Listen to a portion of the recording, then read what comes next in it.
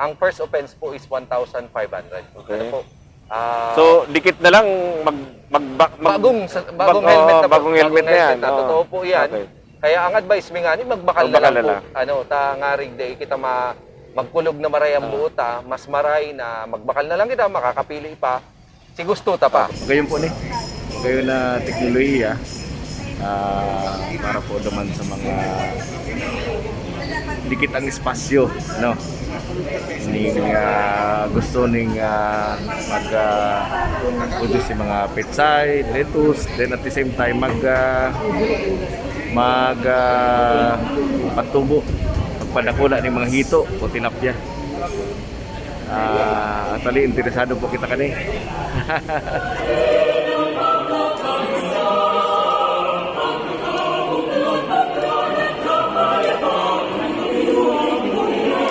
So yan po mga tugang ang maantabayan ng tango niya na ikasampulong kabtang kang programang Pag-Urulayan Tapo. Kaya ba na po ang sa inyong lingkod, si Kagawad Lito de Rosario. Actualmente yan po kita igdi sa Barangay Kampakol, igdi sa Extension Office kang City Agriculturist Office kang Ciudad Canaga. Liwat po nadadangog an sa tuyong programa sa 89.5 radyo natin as in siri man sa 105.5 Bicol Idol FM. Duwa pong istorya kita ngunyan. Primero ang sentimento kang publiko sa panagos na pag-aprinder, pagdakop kang mga otoridad sa mga paggaramit ng mga improvised helmet kung ano-ano sana nagkabirigla. Ano po ang sentimento kang publiko siri man si girgibong esperso ngunyan kan mga ahensya ta na nag-implementer kani. Ikadua po, diskubrihon ta ini pong bagong teknolohiya, aquaponics, combination kang tubig saka kang daga na ma-maximize po kang limitadong space ta. At santo po ang duwang exciting topic na yan. Welcome po sa programang Pag-Urulayan ta po sa ikasampulong edisyon kan sa tuyo pong programa.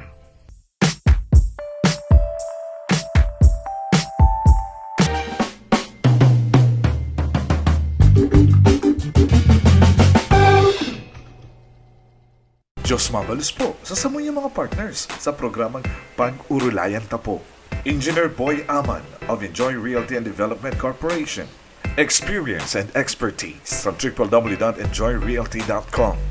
Dids Cafe San Felipe. Awesome and affordable place to eat. Located in Parkview Executive Building in front of Montessori Campus, San Felipe, Naga City. And LYRR Corporation.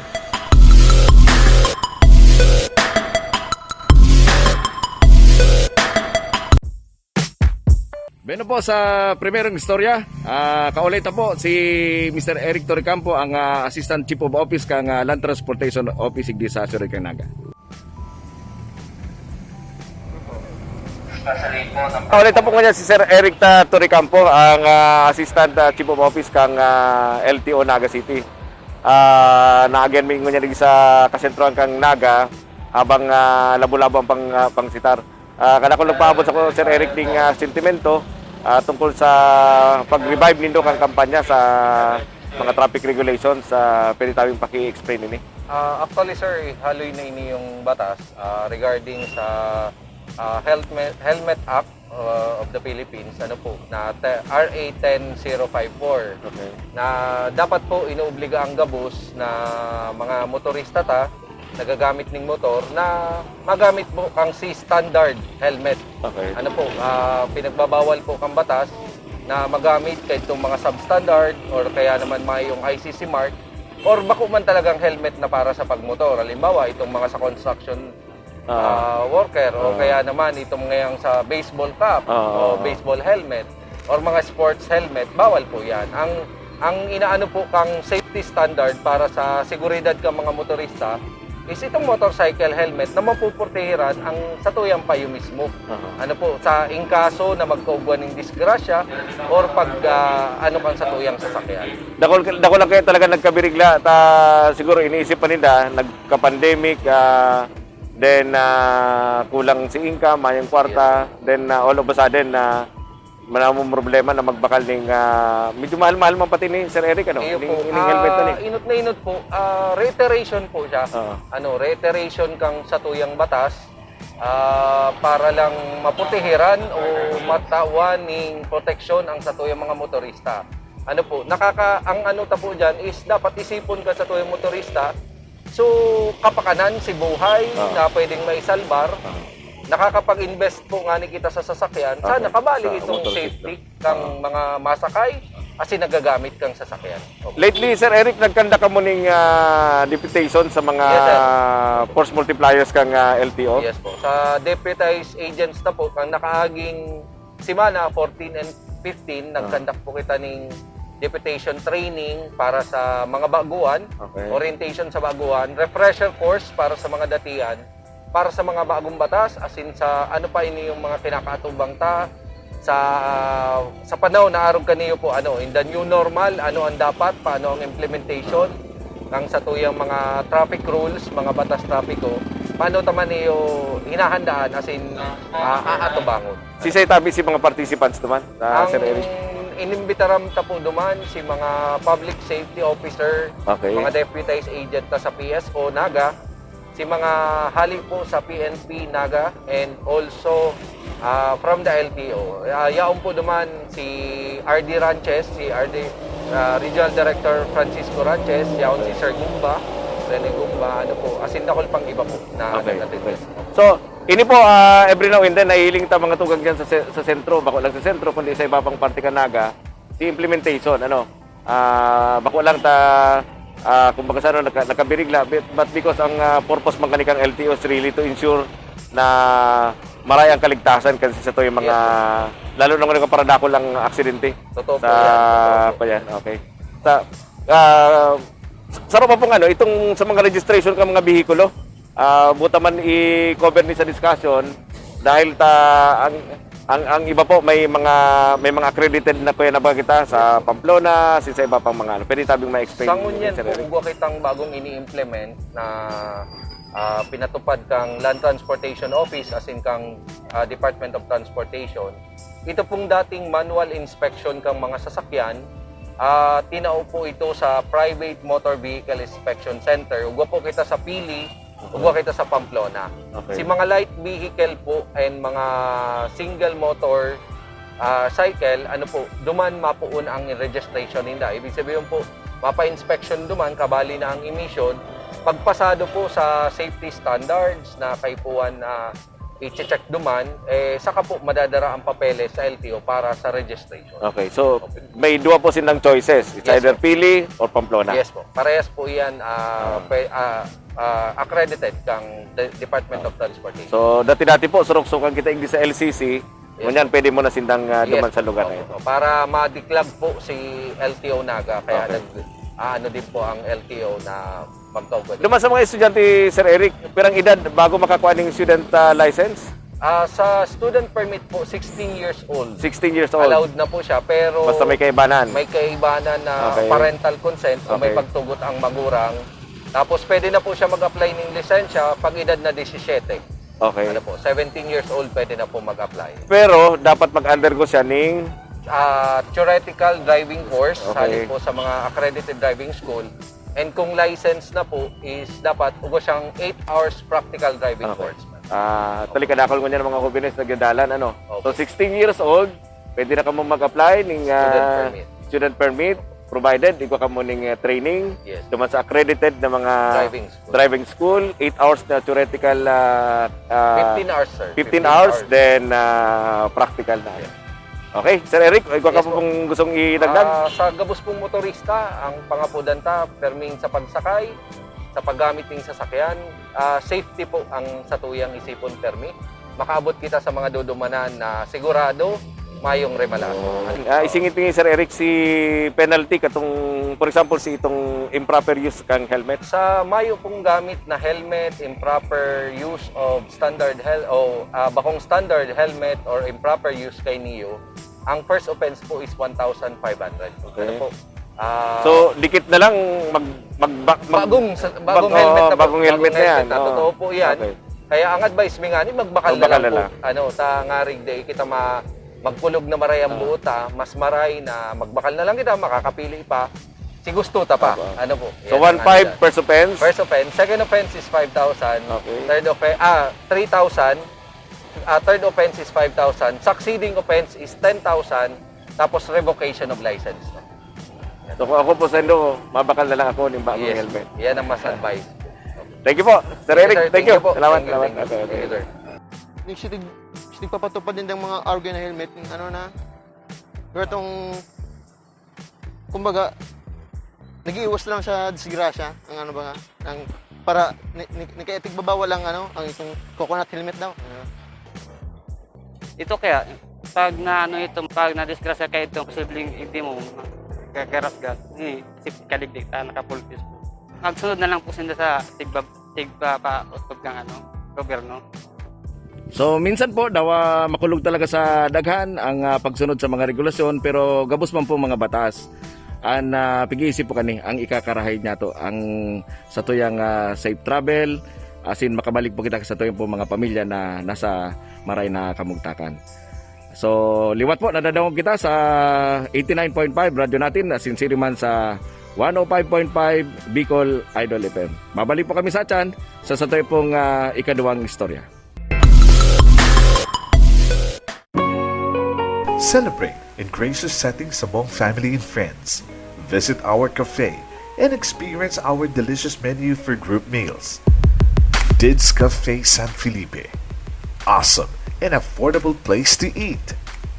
Located at Parkview Executive Building in front of Montessori Campus, San Felipe, Naga City. Dids Cafe is now accepting reservation for Christmas and New Year. For cake reservations, you can call us at 0950-313-3583 or 0917-8769-065. Sa Facebook, hanapin ang Dids Cafe San Felipe. Gusto mo ba ng mga napapanong impormasyong may kinaaraman sa syudad ng Naga? Easy mo na ba ang mga bagong programa kan lokal na gobyerno? Hanap mo ba ang mga istoryang mahatod sa imo ng inspirasyon? Sit back and relax. Huli tatampok ang mga yan sa programang Pag-Urulayan Tapo. Hatod sa tuya ni Kagawad Lito del Rosario. Kada Sabado, alas 5 ng hapon, madadahugan live sa 89.5 Radyo Natin Naga, 105.5 Bicol Idol FM Naga, asin madadalan man sa Facebook page asin YouTube channel ni Kagawad Lito del Rosario. Kaya ano pang hinahalat mo? Like and subscribe na. Tanganing updated ka sa mga happenings. Igdi sa tuyang syudad, Pag-Urulayan Tapo with Kagawad Lito del Rosario. Sabado, alas 5 ng hapon. So sa satoy pong ikaduhang istorya ko niyan, ini pong aquaponics. Ano po nita pigi-introducerin ko niyan kang Bureau of Fisheries and Aquatic Resources. Ano po ang mga bentahe kani? So dalanon ta po ni, aram ko pong dakol ang magkaka-interes sa programang ini. So mga tugang, hindi po sa Sunod Kanaga, 10 pong aquaponics machine ang pigtao po kang Bureau of Fisheries and Aquatic Resources. Hindi po sa satuyang syudad. Nagkapasalamat po kita sa BIPAR sa panginod po ni Bicol Director Nelson Bien. Asin mga taga-Naga po ang naging recipiente po kani. Asin sinda po nagpasayara roman sa training seminar ngunya po nga simana. Tinukduan sinda kung paano ang tamang paggamit kaini. Kung ang mga pwedeng itanom na gulayon, asin kung anong klaseng sira ang pwedeng ibugtak dyan po sa fish tank. Dangan siyempre po kung paano ninda ini mapapangatamanan. So nagdedemo po nga niyan yung mga taga-BIPAR kaning aquaponics na technology para po sa mga interesado dito sa Kinaga. Ngayon po ni, kayo na teknolohiya para po naman sa mga dikit ang espasyo, no? Ning gusto ning mag-produce yung mga petsay, lettuce, then at the same time pagtubo, magpadakula ng mga hito o tinapya. Actually, interesado po kita kani. Magayong pong technology ini. Expected man po ang monitoring kayan kan City Agriculture Office sa panginod po ni Madam Edna Bongalonta. Asin ang paggiya sa inda, tangari pong masigurar na maayos ang produksyon ninda And siriman an pag-monitor kani kan lokal na gobyerno kan Syudad Canaga. Igwa man po ning training facility ang BIPAR diyan po sa Syudad kan Tabaco asin nagpapalagos-dagos man po sinda kan siring na programang ini. Dakol pa po ang butang maabot kang teknolohiyang ini takarig pong ngunyam na panahon ng pandemic makatabang po sa Tuya Gabos. Ay malaking bagay po ito. Like ka na din, every month mag-harvest ka ng lettuce or pichay. Katakod po kani, binisita man po kan sa inong lingkod ang Dagook Farm. Diyan po sa Carolina, ano? Magayon po ang lugar asin igdi po sa Naga. Sarap po sinda sa propagate po kaning aquaponics na ini. Mahilig po ang sa indang pamilya, kaibanan po si Randy, ang aki po ni Mr. Dagook. Sa programang ini, tangarig pong magkaigwaning mas mahiwas na pagpropagar kani sa tuya pong syudad. Dalaw na ta po ang video ni Sir na Rafael Dagook, hingo na pag-abot kang panahon, makatindog man po sinda ng bagong restaurant sa sainda pong lugar gamit po ang mga sangkap halip po mismo sa saindang farm.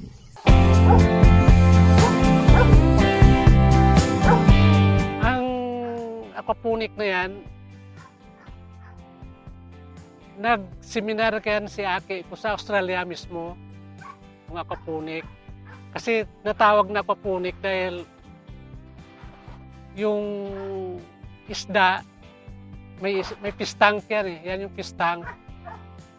Tapos nagsusupply ng dito sa mga litos, yung tanom, yung vitamins. Tapos yung plants naman, mabigay naman ng sa isda, ng vitamins man. Kaya garong bigayan sila. Symbiosis yung Hindi kaya tubig lang, ang tubig, yan yung mga linya. Talagang nagsisirculate lang, balik-balik lang dyan. Gabusin may tanom ini na litos. Kailang nadali kang bagyo, naubos.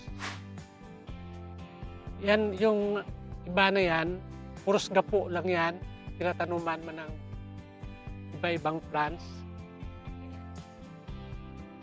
Hindi yung yung mint, yung mabango. Hindi yung yung basil. Ito yung pistang. Ito yung pistang, ng isda. Dito dinalagay. Dalawa yan.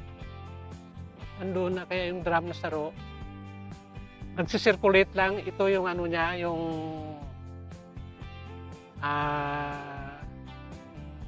parang samtang. Dito nagtitipon yung tubig. Pa-pump naman papuntang isda. Ma-circulate, balik-balik lang. Kaya may linya ng tubo. Ini mga koi ang laman nito. Isda, koi, saka tilapia. Ining Dagook Farm, para ni sa sa Gabos, mahiling yung gusto para makakuha man sinda ng idea kung paano ang project ni digdi mag-produce ng mga madalian lang na plants o kaya mga vegetable. Digdi yung plano digdi magibo ni crab patining itong mga itong limango na payat. Tapos ipapatining lang dito after 1 month pwede na pang-export yan. Saka yung kalati na yan gagawin yung talaga mga litos saka mga aquaponic. So mga tugang, sustainable po as in eco-friendly ang aquaponics. Pero po kayan, natural pong maray ang maguguno ta na mga produkto halip po sa pong backyard. Incidentally po, igdi sa Syudad Canaga, ikaw pong naipasar na ordinansa ang Sangguniang Panlungsod. Ini po surat asin pigpadrinuan ni Councilor Miles Rakid Arroyo sa urban gardening.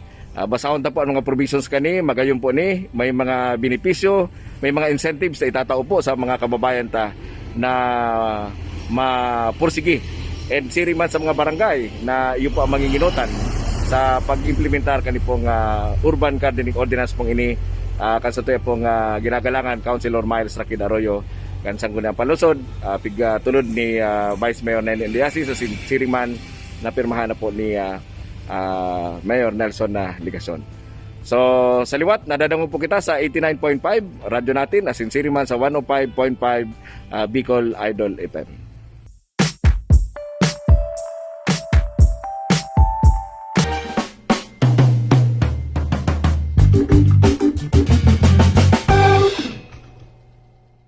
Diyos mabalos po sa samuyang mga partners sa programang Pag-Urulayan Tapo.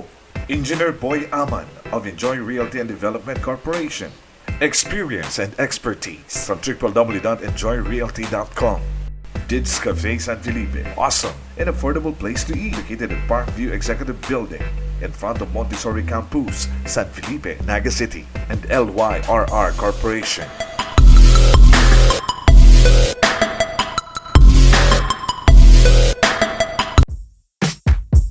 Sa mga nagbe-birthday ko niyan na aldaw, happy birthday. Ang greetings po hali sa ki Chuabling. Kay balanta po, halik di sa Pacol Nursery. Ngunyan po pala na bulan kang January, tulong members po kang Sanggunian ang nag-birthday. Primero po si Councilor Vidal Castillo, chairman po kang Committee on Infrastructure. Ikadwa po si Councilor Elmer Baldimoro, ang chairman po kang Committee on Children and PWD. Asin ang pangtulo po, iyo po ang sa tuya pong CPA lawyer sa Sangguniang Palunsod, Councilor Salvador Badi del Castillo. Sinda pong tulo na mga matitibay pong membros kang konseyo nagselebrar kan sa ng birthday. Happy birthday sa mga kaibanan ko sa konseyo. So sa mga nagbe-birthday po, Chuabling, happy birthday. Say happy birthday. Happy birthday! Yan, ansa ko yung amigong si Chuabling. So, okay, nahiling po nindo mga tugang ang mga seedlings. Sirima si mga nagtaralubo ng mga kahoy para bali po sa tree planting kang programang Forest in Our Means ni Mayor Nelson Ligason asin siriman ni Attorney Marion Ligason. Magayon pong proyekto ni tangarig pong maging green ang sa tuya pong syudad. Kaya banan po tapos si Cha Linda and si Cho Efren na yun po ang nag-aarsikaso kanin kaya banan ni Cho Abling. Pero po mga tugang sa mga activities po ngayon na simana ang pagbubukas kang community learning hub dyan po sa Tabuco Elementary School. Magayon pong proyekto ni kang Office of the Vice President sa panginot po ni kasatoy pong padangat si Vice President Leni Robredo. Katabang po ang mga volunteers na po ning MPH sa Millennial Philippines. And siriman kan mga barangay official sa panginot po ni punong barangay Carmona kang barangay kang Tabuco. And of course sa koordinasyon po sa Tabuco Elementary School sa Department of Education.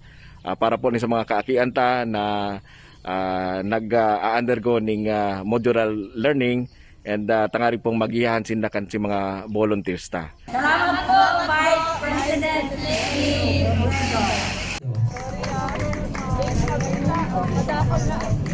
Pero mga tugang ginibuman po kang Bernes na hapon ang blessing kang shared service facility.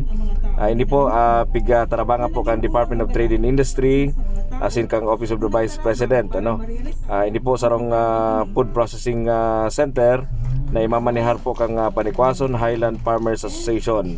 Yan po ni dyan sa Pacol Nursery. And ini po bigat tarabangan kang Metro Naga Chamber of Commerce and Industry sa pangingin po ni President Engineer Randy Aman asin siriman kan lokal na gobyerno kang Naga. Ini po underman kang programang Umasenso Angat Buhay project kang Office of the Vice President ni Vice President Leni Robredo. Yan po si Vice President Leni asin ang nag-bless po kang facility yung si Father Salise, ang station manager po kang radio station Caritas Maray. Ayaw na po ang mga pusalis kang lokal kang Naga sa panginit po ni Mayor Nelson Ligason, Vice Mayor Nene asin mga pagiriba and Department of Trade and Industry sa paagi po kang Regional Director and ang Provincial Director kang DTI. So magayon po ining pasilidad na ni saro po ni sa matabang sa mga parauma igdi po sa satuyang lugar. Sumusobra po yun ng mga trappings po. Hindi po dadalhin, ipaprocess na po. Okay. Para ganyan lang po sir. Kagaya po sir ng pipino, may sumusobra po siya. Ginagawa po siyang chips po ganyan. Tapos ang lettuce din po, pag sumusobra din po siya, ginagawa rin po siya chips. Tapos po, pwede rin po siyang gawin pong pipino, cupcake din po.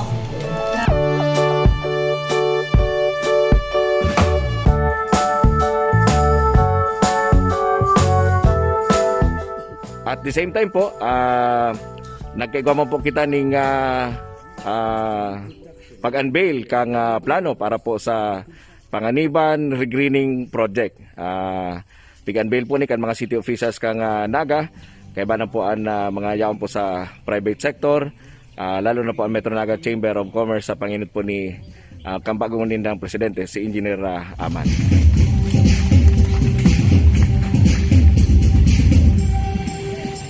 Yan po ang magiging itsura ng kalabaan ng Panganiban Drive pag natapos na ang Panganiban Drive Regreening and Pedestrianization Project. Okay, so yun po ano sa tayo pong mga activities, mga mayor na activities ngunyan pong semana. Congratulations po pala sa ika-25 taon kang Radyo Caritas Mariae DWRB FM sa panginut po ni Father Johannes Jeremy Salise, ang station manager.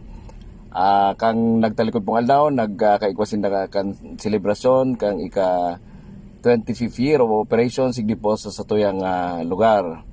Tinanan po ning plaque of gratitude ni Archbishop Rolando J. Triaterona, si Father Salise asin mga pag-iniba, sa pagbisto kasi ina pong serbisyo sa tuya pong lugar. Yaman po si Father Louis Epsiano, ang Director of the Cáceres Commission on Communications, and iba po mga bisita, mga city officials sa pangyayari po ni Mayor Nelson Ligacion, and nagpapaabot po ng pagbati. Nagpaabot as in palagos po nagpapaabot ng pagbati sa istasyon pong ini. So congratulations po Siriman, mga yuron si mga kansyon na pig tao, pig render kang Cáceres Coral kang Miyerkules na bangko.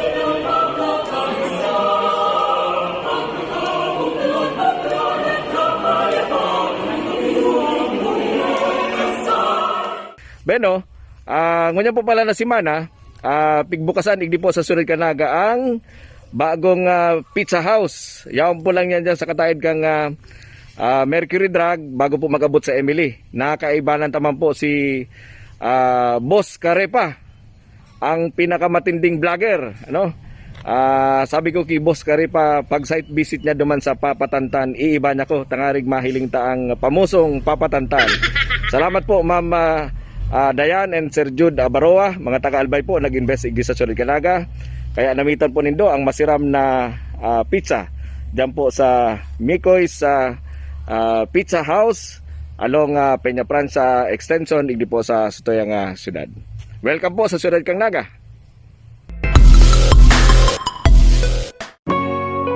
Celebrate in gracious settings among family and friends. Visit our cafe and experience our delicious menu for group meals. Dids Cafe San Felipe. Awesome and affordable place to eat. Located at Parkview Executive Building in front of Montessori Campus, San Felipe, Naga City. Dids Cafe is now accepting reservation for Christmas and New Year. For cake reservations, you can call us at 0950-313-3583 or 0917-8769-065. Sa Facebook, hanapin ang Dids Cafe San Felipe. Gusto mo ba ng mga napapanong impormasyong may kinaaraman sa syudad ng Naga? Easy mo na ba ang mga bagong programa kan lokal na gobyerno? Hanap mo ba ang mga istoryang mahatod sa imo ng inspirasyon? Sit back and relax. Huli tatampok ang mga yan sa programang Pag-Urulayan Tapo.